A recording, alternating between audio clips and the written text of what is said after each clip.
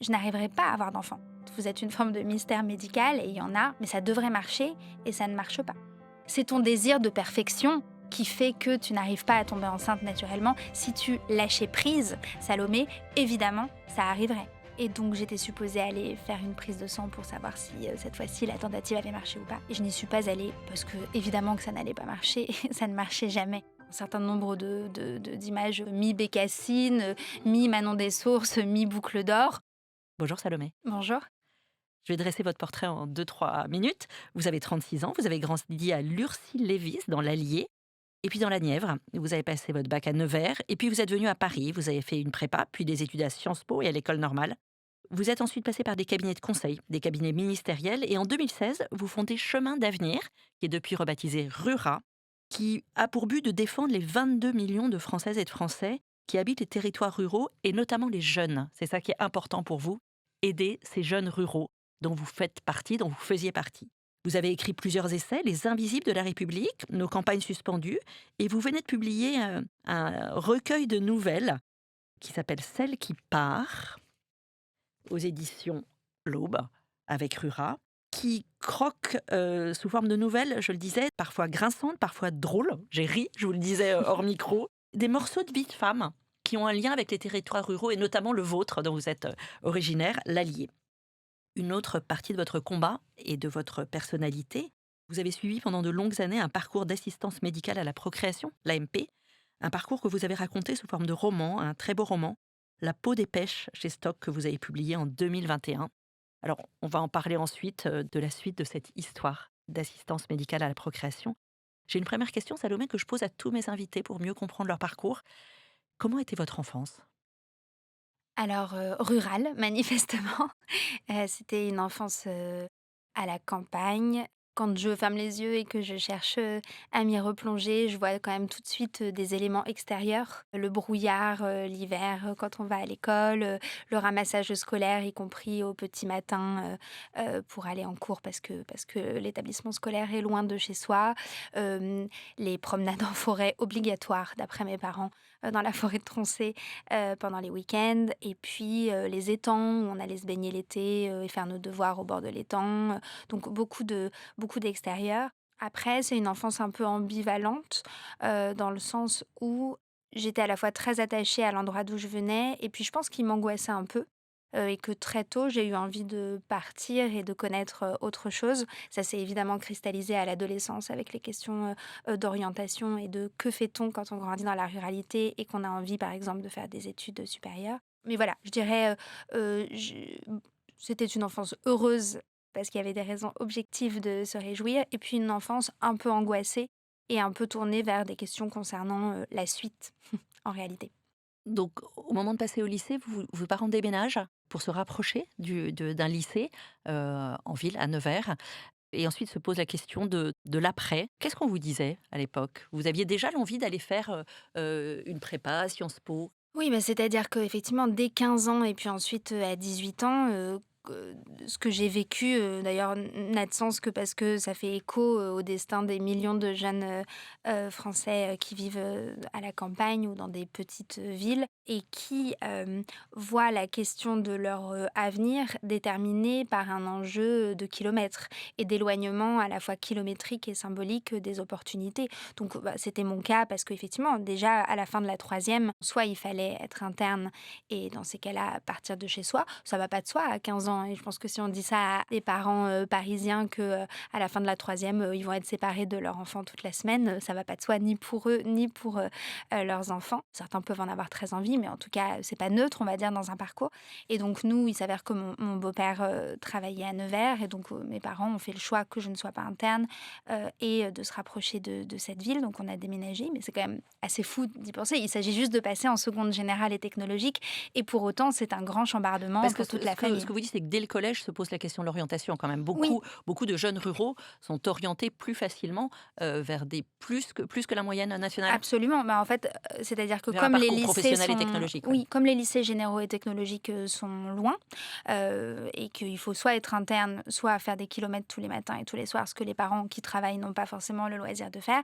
Ça veut dire soit vous êtes interne, soit vous choisissez, ce qui existe à côté et ce qui existe à côté, ça peut être un lycée professionnel ou un lycée agricole, ce qui peut être très bien si c'est un choix, mais on voit que souvent pour les jeunes ruraux, il y a plus de déterminisme social et géographique, qu'on ne le pense. Et donc ensuite, à nouveau, à la fin du lycée, les mêmes questions se posent. C'est-à-dire qu'aujourd'hui, 7 formations sur 10 à peu près d'enseignement supérieur sont situées dans les grandes métropoles. Et encore une fois, on ne parle pas que de filières élitistes, de filières d'excellence. C'est le cas si vous voulez faire un BTS, c'est le cas, quelle que soit la filière que vous avez envie de faire post-bac, il y a peu de chances quand même en ruralité qu'elle se trouve à quelques minutes ou à quelques kilomètres de chez vous. Donc, il faut bouger. Est-ce que vous allez être capable de le faire sur le plan financier, sur le plan matériel, sur le plan logistique? Et est-ce que vous allez vous sentir autorisé à le faire? C'était toutes les questions qui Et m'animaient à il y a un 18 ans. chiffre qui m'a beaucoup frappé, c'est le budget.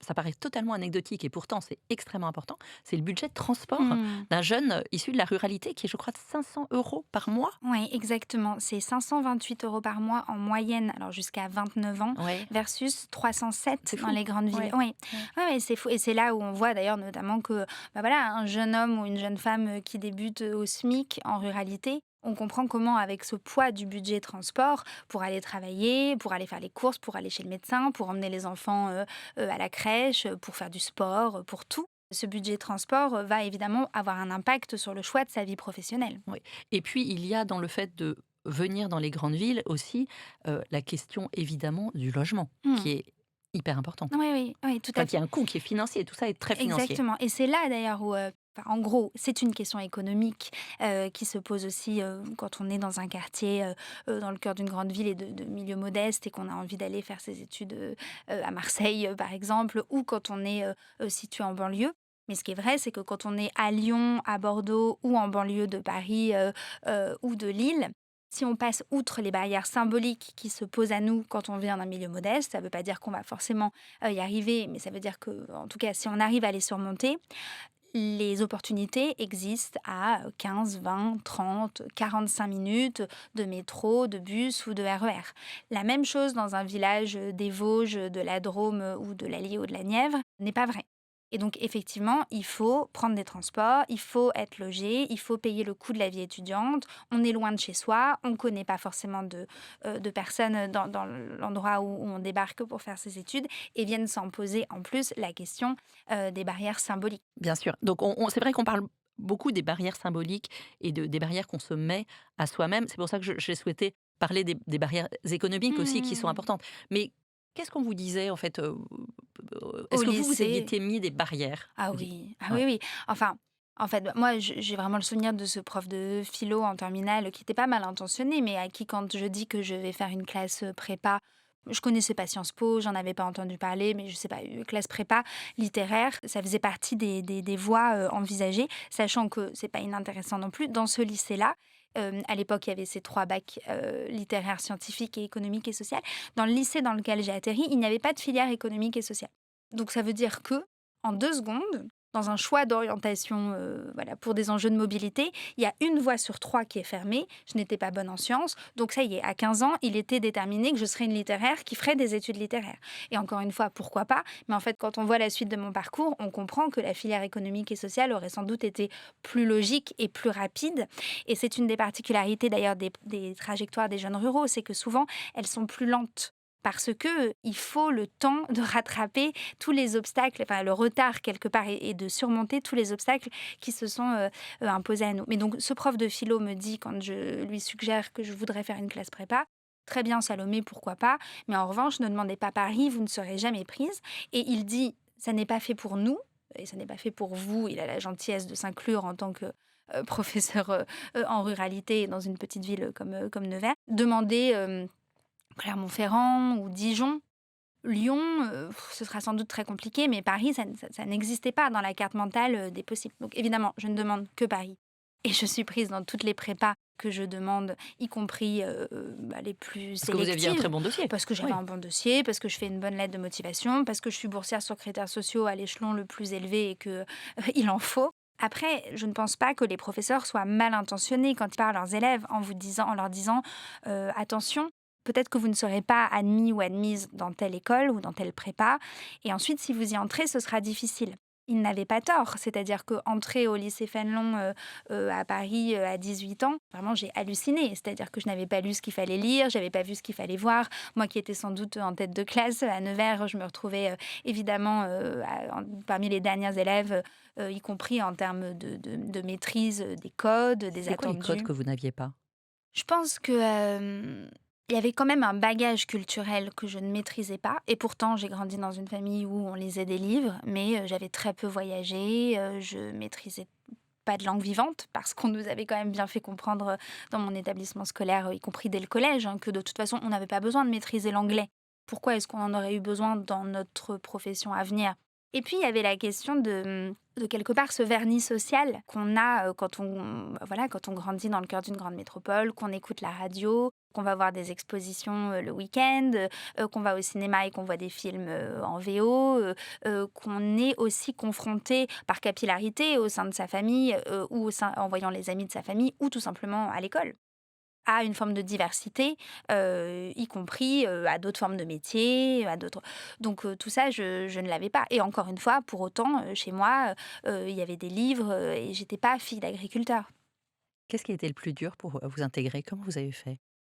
Alors moi, je pense que Ça paraît on a l'impression que vous venez d'une autre planète, hein, excusez-moi, mais oui, c'est oui. pas du tout ce n'est pas du tout mon intention. C'est, finalement, vous décrivez un monde très éloigné du vôtre, Oui, une culture très éloignée de la oui, vôtre. Comment vous avez fait? Vous avez rattrapé oui, le temps alors perdu? Vous j'avais avez des atouts dans mes cartes, c'est-à-dire que d'abord, moi, mes grands-parents habitaient à Paris.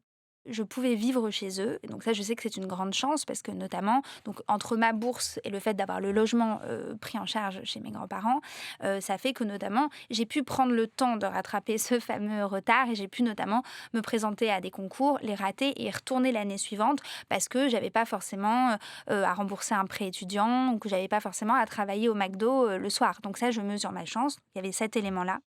Ensuite, je faisais du théâtre et donc je pense que, quelque part, j'ai décidé, de capter, un personnage, probablement au début d'ailleurs, avec plus ou moins de succès ou en faisant peut-être un personnage un peu caricatural, mais le personnage de la Parisienne, telle que je la fantasmais, telle que je la rêvais. Voilà, il fallait un costume, il fallait, un maquillage, il fallait des chaussures, puis il fallait, essayer d'avoir un texte et de dire ce qu'il fallait pour justement pénétrer un certain nombre de cercles qui m'étaient interdits.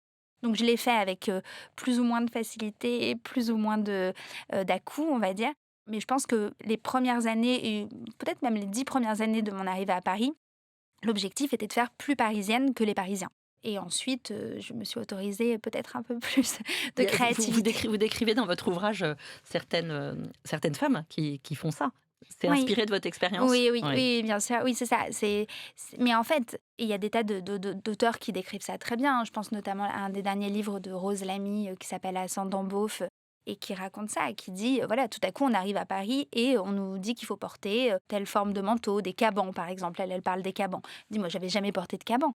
Ou tout à coup, telle paire de chaussures. Moi, je me souviens effectivement que, il y a eu des années et des années où, j'ai porté des chaussures à talons parce que pour moi, les silhouettes des Parisiennes, mais c'est complètement fantasmé, hein, mais étaient, sur des sur des chaussées sur des talons et donc ensuite, les années passant, on se rend compte d'abord qu'il y a pas un Parisien et une Parisienne, c'est ça qui est fou et qu'il y a une multitude de quartiers différents avec des des styles et des codes qui ne sont pas les mêmes, à quelques stations de métro d'écart et puis que par ailleurs, beaucoup de Parisiens ne sont pas des Parisiens pure souche et viennent d'ailleurs. Donc tout ça est aussi une question évidemment de milieu. Tout ça est profondément imbriqué, les questions, économiques, territoriales et de genre. Parce que je pense que c'est pas la même chose d'être une jeune femme rurale qui débarque à Paris et un jeune homme qui débarque à Paris. Quelque part, il y a aussi une essentialisation des jeunes femmes, rurales, que je raconte d'ailleurs, dans l'introduction de Celle qui part, mais où, on projette sur vous, un certain nombre d'images, oui, essentialisantes ou exotisantes, mi-Bécassine,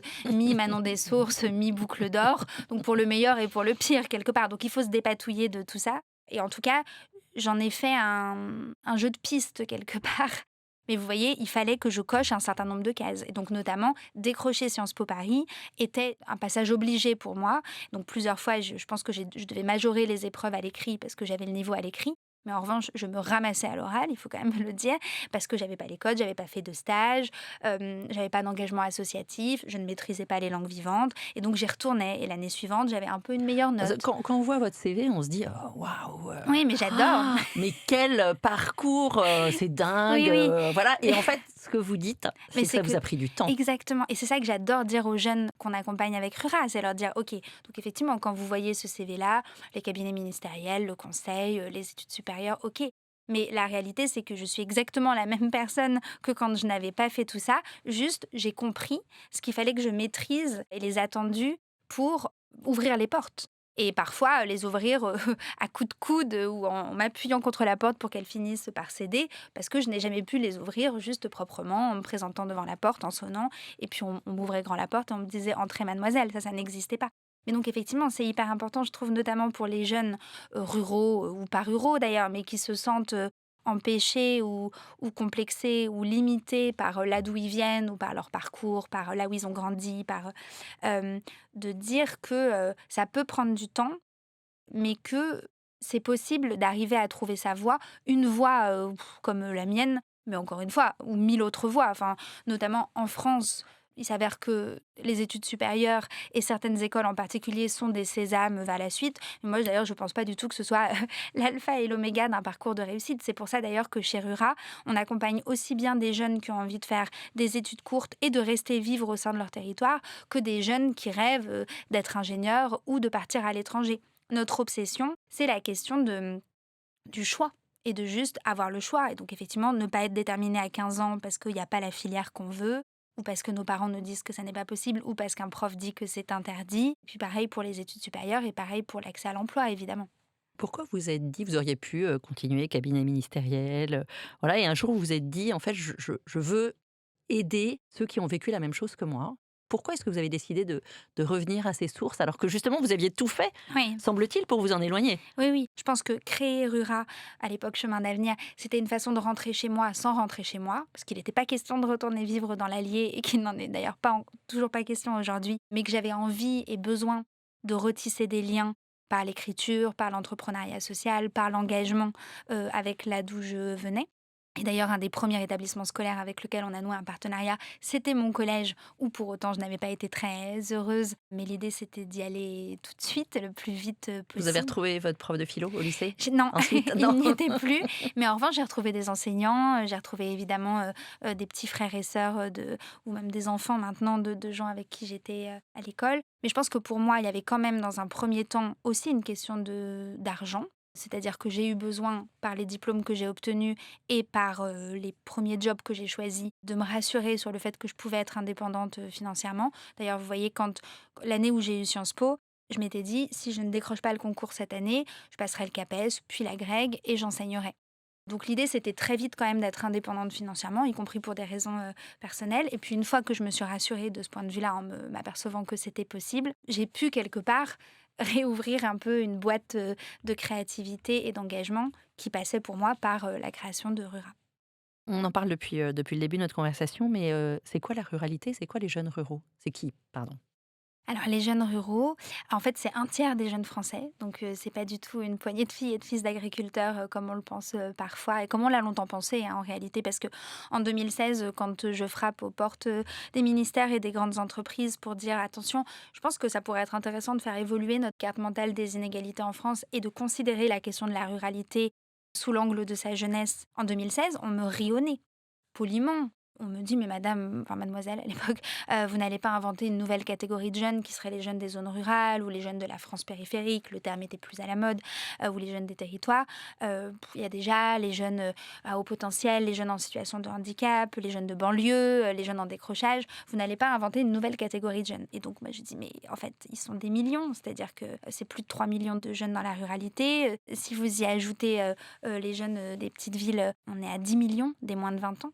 Enfin d'ailleurs, dans la ruralité, c'est 5,3 millions et effectivement, si on ajoute les petites villes, on est à plus de 10 millions. C'est pas une catégorie, enfin c'est pas parce qu'il y a pas une jolie petite étiquette avec marqué un nom dessus que ces jeunes n'existent pas. Ils sont là et regardez, vous voyez bien qu'on ne les voit pas forcément dans telle ou telle filière, dans tel ou tel métier, qu'on ne les entend pas à la radio, qu'on ne les voit pas à la télé, qu'on ne les entend pas dans la littérature. Et à l'époque, on n'avait pas encore fait tous les travaux qu'on a fait depuis avec Rura pour montrer justement comment les jeunes de ces territoires, et les moins jeunes aussi d'ailleurs, ne se sentent pas représentés. Ça bouge un peu, on a l'impression qu'il y a une forme de frémissement et qu'on cherche mieux à comprendre ces territoires et leurs habitants. Et à la marge, les jeunes de ces territoires et de leurs habitants. Vous voyez, là, j'ai vu encore un titre de la PQR il y a quelques jours qui titrait «Que veulent les jeunes ruraux?» J'ai trouvé ça génial. C'est-à-dire que ça y est, là, ça fait 8 ans et on se demande ce que veulent les jeunes Et ruraux. alors que veulent-ils? Bah voilà, ils veulent le Le choix en choix. fait, exactement, je pense. On en a accompagné 15 000 individuellement avec Rura depuis la création de l'association, de manière directe, dans la création de leur parcours académique, professionnel et citoyen. C'est ça, ils veulent, en gros, quand ils le conscientisent, être dans une situation de départ face à l'avenir, face à leur formation, face à l'emploi, face à la liberté à laquelle on peut prétendre qu'un jeune qui grandit dans le cœur de Lyon, de Bordeaux ou de Paris. Merci Salomé, je vais passer à une 2e partie de notre entretien. Je le disais au départ, vous avez narré l'épreuve que vous avez traversée avec votre compagnon qui est devenu votre mari et suivi pendant plusieurs années un parcours d'aide médicale à la procréation. Alors la transition est un peu brutale, je Pas vous du tout, demande je crois pardon, pas. mais ça fait partie de votre, de vous. Combien de temps a duré ce parcours? Il a duré un peu plus de 4 ans. D'accord. Vous avez rencontré votre compagnon en vous avez Je déc l'ai rencontré il y a à peu près 10 ans. Lui avait une petite fille de son premier mariage qui, à l'époque, avait 4 ou 5 ans. Très vite, on l'élevait 1 semaine sur 2 quand elle n'était pas chez sa maman, donc on était déjà une famille quelque part.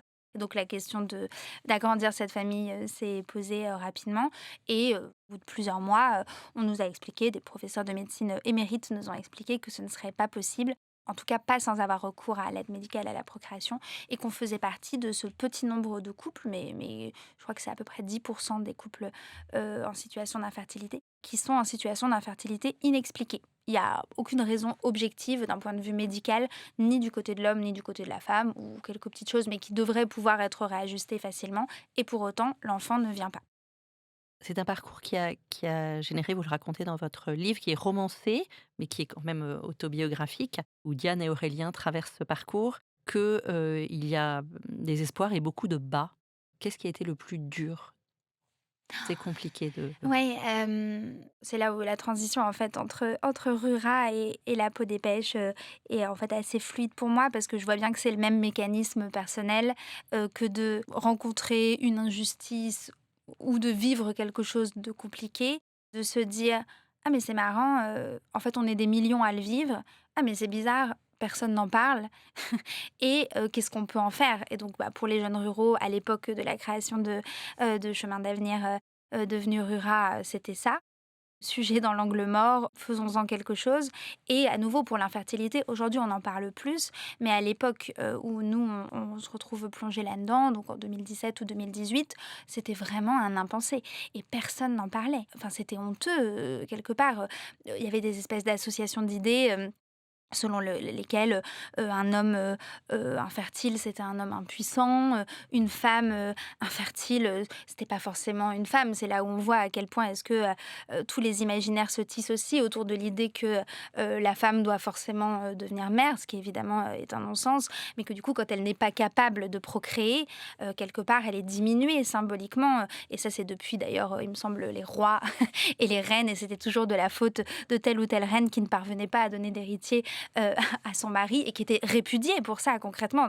Donc bon, c'était pas ça le plus dur pour moi, mais il n'empêche que ça pesait et que c'est ce silence et la violence de ce silence où j'avais l'impression qu'on pouvait pas en parler qui m'a poussée à écrire La peau des pêches. Et c'était pas simple. Et je peux pas dire que j'étais très encouragée par mon entourage, à part mon mari qui lui était très encourageant et qui comprenait à quel point c'était important pour moi. Mais les gens disaient, même des proches: «Oh, mais vraiment, tu vas raconter ça quelque part, tu vas mettre ce sujet sur la place publique, enfin, c'est pas gênant?»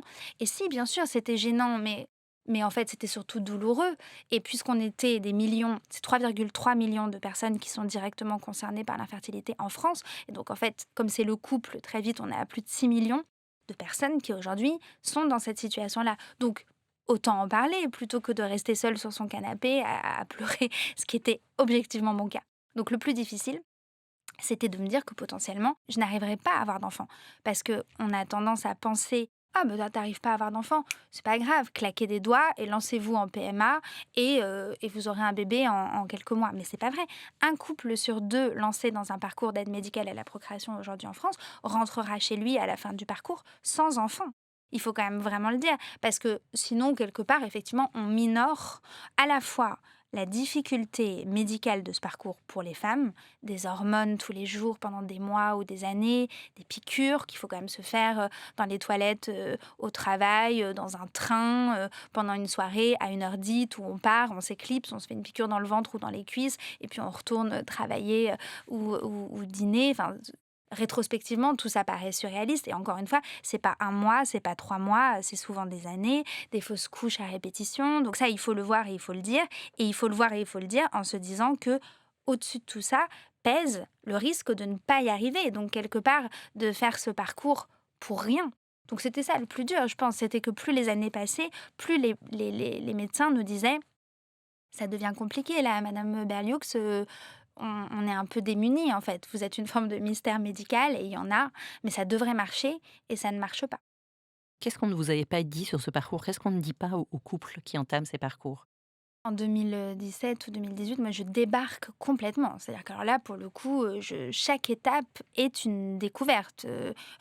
Le fait que, il va falloir effectivement se faire les piqûres soi-même, les effets secondaires, des hormones. Alors c'est très inégal en fonction des femmes, mais, v ça peut conduire à des prises de poids, à des sautes d'humeur, à des grands moments de tristesse, à des fringales, délirantes. Enfin, c'est quand on peut critiquer par exemple la prise de la pilule en disant que, ça a un impact, évidemment sur les femmes, parce que ce sont des hormones. Imaginez que là, il s'agit de faire en sorte qu'une femme ne produise pas un follicule, par, cycle, mais plusieurs. Donc moi, par exemple, à certaines ponctions ovariennes, il y en avait 25. Donc vous imaginez les doses d'hormones qu'il faut. Et il y a la douleur aussi, Et il y a la douleur physique, et il les y a changements d'humeur. exactement, ça je j'avais absolument pas imaginé. Donc ça, évidemment, on ne le sait pas et donc à la fin des fins que, ça peut mener à des parcours qui durent des années et que aussi quand vous tombez enceinte, bah, ça veut pas dire que vous allez avoir un bébé à la fin parce qu'effectivement, moi, ça m'est arrivé comme à des millions de femmes,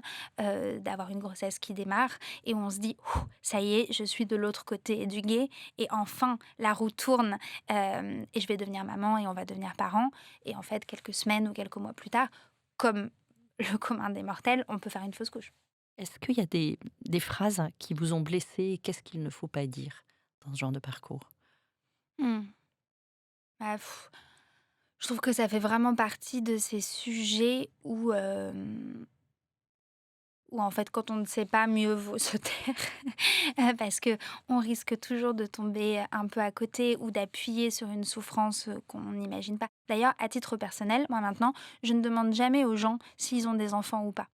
Et ça peut paraître impoli, en fait, tellement c'est intégré dans les conversations. C'est un small talk comme on dit, Exactement. hyper fréquent. Oui, Ouais. dans un taxi, chez le médecin, Après les gens à en la parlent souvent les boulangerie. les gens parlent souvent d'eux-mêmes. D'eux-mêmes, exactement. Mais justement, moi, je préfère attendre maintenant que les gens en parlent parce qu'entre, ceux qui n'ont pas envie d'avoir d'enfants et qui n'ont pas du tout envie qu'on les ramène à ça, ceux qui ont perdu un enfant et qui n'ont pas du tout envie d'avoir à dire qu'ils en ont 2 alors qu'en fait, ils en ont 3, mais et puis ceux qui sont en parcours et qui sont sans cesse confrontés à cette absence, en fait, laissons les gens parler eux-mêmes, de leur famille, s'ils le souhaitent. Donc ça, c'est déjà une bonne pratique, je pense et puis après, les choses qui sont douloureuses et exaspérante, je crois, hein, quand on est dans ce type de parcours, c'est et encore une fois, c'est jamais fait de manière, je pense, mal intentionnée, mais juste ça tombe à côté. C'est-à-dire, vous racontez que vous n'arrivez pas à avoir d'enfant, vous vous livrez à ce sujet, vous dites que c'est difficile et on va vous demander immédiatement, mais bah, sinon vous pouvez adopter».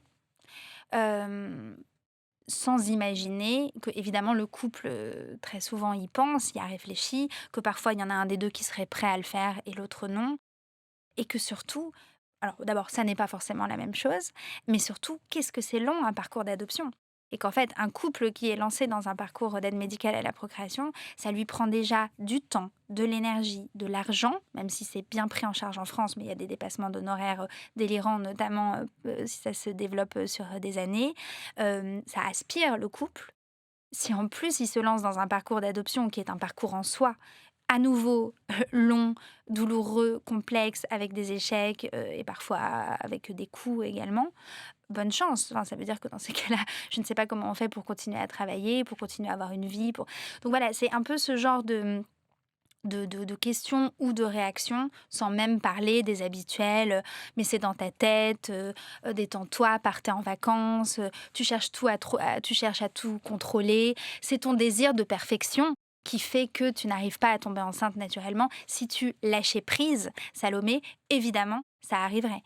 Et ça, pour en avoir parlé avec beaucoup d'associations qui accompagnent des couples en situation d'infertilité, c'est vraiment le lot des couples dans cette situation-là que d'entendre ce type de phrase. C'est délirant. Alors après, il y a toujours des histoires comme ça vous n'arrivez pas à avoir d'enfant et on vous dit: «Ah mais tu sais, j'ai une collègue dont la sœur a essayé pendant des années, puis tout à coup, bon bah, ils avaient abandonné tout espoir et hop, elle est tombée enceinte». De triplé ou que sais-je, enfin voilà.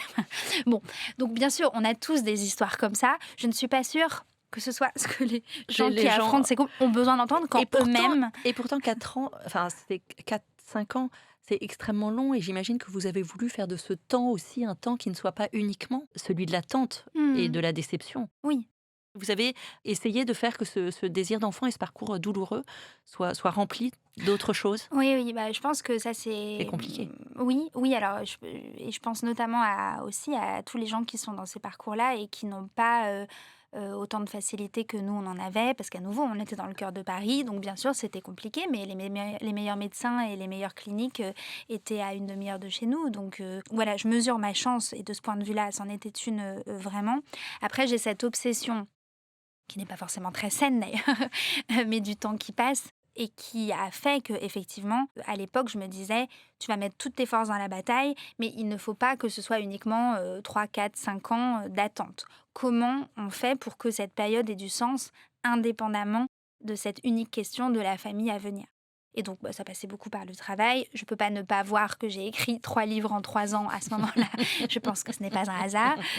On voyageait beaucoup, on avait la chance de pouvoir le faire et tant mieux parce que par la suite, y compris d'ailleurs avec le covid et cetera, on a moins voyagé mais donc à chaque échec, je sais qu'il y a beaucoup de couples qui font ça et qui se disent: «Bah, chaque échec ou chaque fausse couche, il faut trouver un pansement ou un peu de baume à mettre sur la plaie parce que c'est trop douloureux». Donc les gens s'organisent comme ils peuvent. Donc nous, on a beaucoup voyagé, à ce moment-là.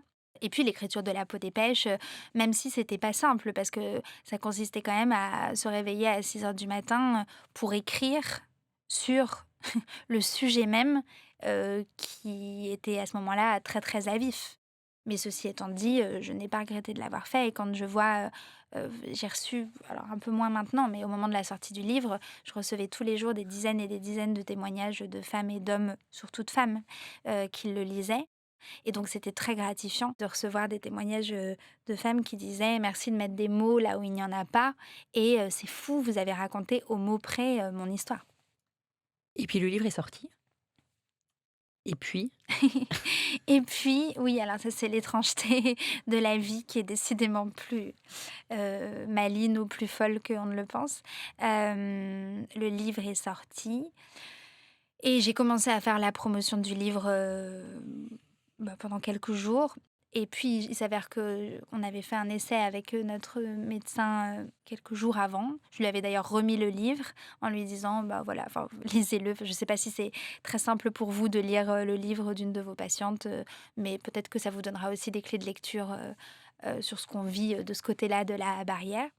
Et donc j'étais supposée aller faire une prise de sang pour savoir si, cette fois-ci la tentative avait marché ou pas et je n'y suis pas allée parce que évidemment que ça n'allait pas marcher, ça ne marchait jamais. Donc je n'ai pas fait de test de grossesse et j'ai continué à faire la promotion du livre, pendant plusieurs jours jusqu'à ce que mon médecin m'appelle en me disant: «J'ai pas reçu vos résultats, que se passe-t-il?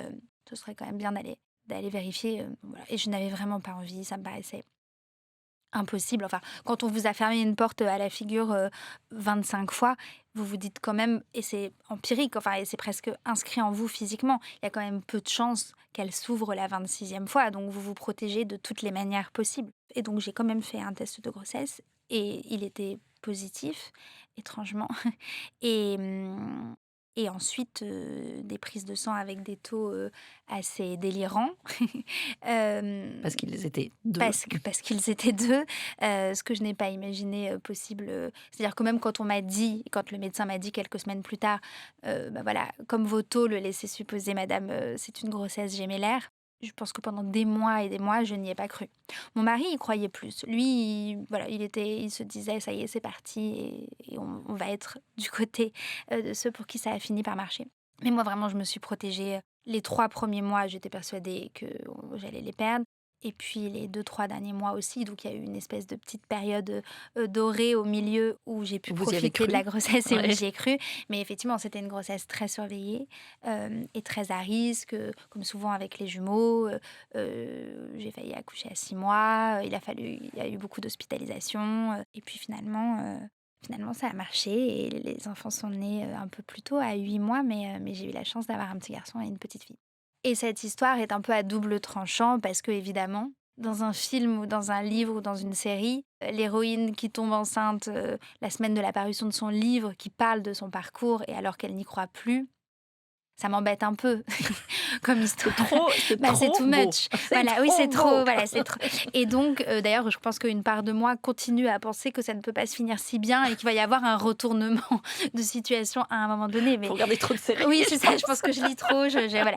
Mais donc je suis pas hyper à l'aise avec ça, mais c'est Mais factuel. pourtant, c'est la réalité. Mais c'est la Vous ne réalité. pouvez pas, C'est la réalité et là où j'ai pas forcément osé le dire à notamment à la communauté de femmes, qui me suivent sur les réseaux sociaux et notamment sur Instagram avec qui j'échange très souvent parce que beaucoup sont encore dans le parcours et j'étais très mal à l'aise à l'idée, quelque part de les trahir un peu en Mmh. étant sortie.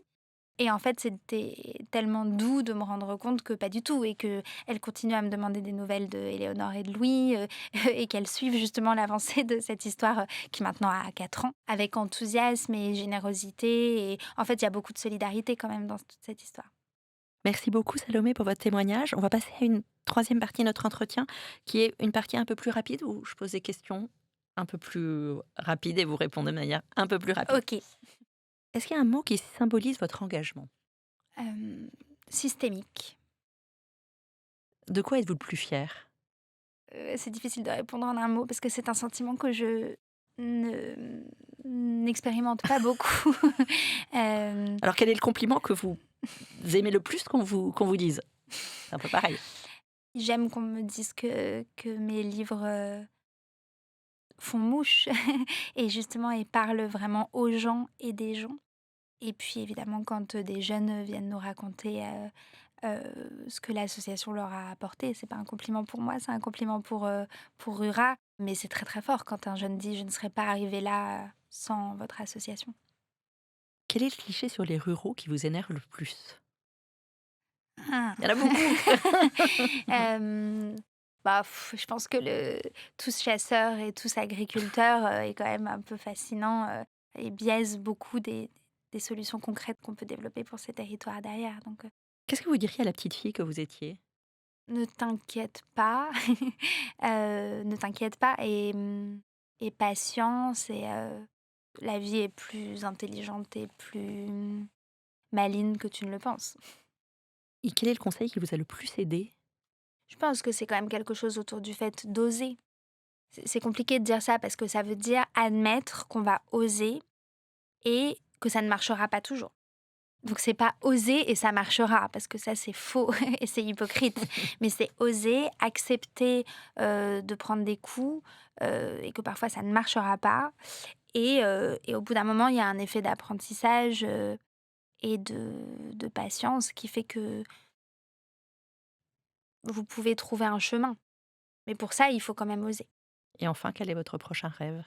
Bah, quand même assez vite de me remettre à écrire, j'espère, peut-être en 2026. Merci beaucoup Salomé Berliouche. Je rappelle que vous êtes, directrice générale et fondatrice de Rura, que vous êtes très engagée autour de la question de l'infertilité. Merci d'être venue à notre micro. Merci à vous de m'avoir invitée.